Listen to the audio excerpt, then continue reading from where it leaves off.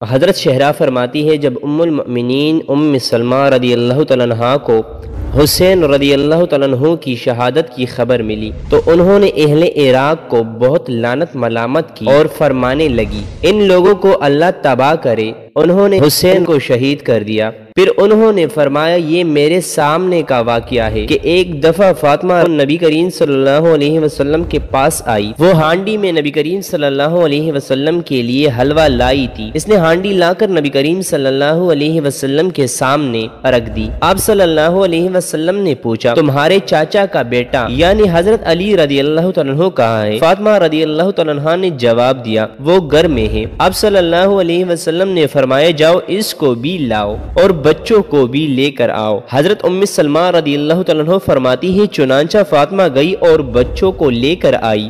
دونوں نے اپنے والد کا ایک ایک ہاتھ پکڑ کر رکھا تھا اور حضرت علی پیچھے پیچھے چل آ رہے تھے۔ یہ سب نبی کریم صلی اللہ علیہ وسلم کی خدمت میں حاضر ہو گئے۔ آپ صلی اللہ علیہ وسلم نے دونوں بچوں کو اپنے گود میں بٹھایا۔ علی دائیں طرف بیٹھے اور فاطمہ بائیں طرف۔ حضرت ام سلمہ رضی اللہ تعالیٰ عنہا فرماتی ہے وہاں ایک خیبری چادر تھی جو رات کو ہم بچھا کر سوتے تھے۔ آپ صلی اللہ علیہ وآلہ وسلم نے وہ چادر اڑا کر بائیں ہاتھ سے چادر کے دونوں کونے پکڑ لیے اور دائیں ہاتھ بارگاہ خداوند میں دعا کے لیے اٹھا لیا اور یوں دعا فرمائی اے اللہ یہ میرے اہل بیت ہے تو ان سے ہر قسم کی علائش دور فرما دے اور ان کو خوب پاک صاف فرما دے۔ حضرت ام سلمہ رضی اللہ تعالیٰ عنہ فرماتی ہے میں نے عرض کیا یا رسول اللہ صلی اللہ علیہ وآلہ وسلم کیا میں آپ کی اہلیہ میں نہیں ہوں؟ آپ صلی اللہ علیہ وآلہ وسلم نے فرمایا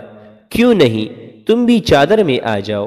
چنانچہ میں بھی چادر میں داخل ہو گئی مگر اس وقت آپ صلی اللہ علیہ وسلم اپنے چاچا زاد بھائی اور اس کے بیٹوں اور اپنی بیٹی کے لیے دعا فرما چکے تھے۔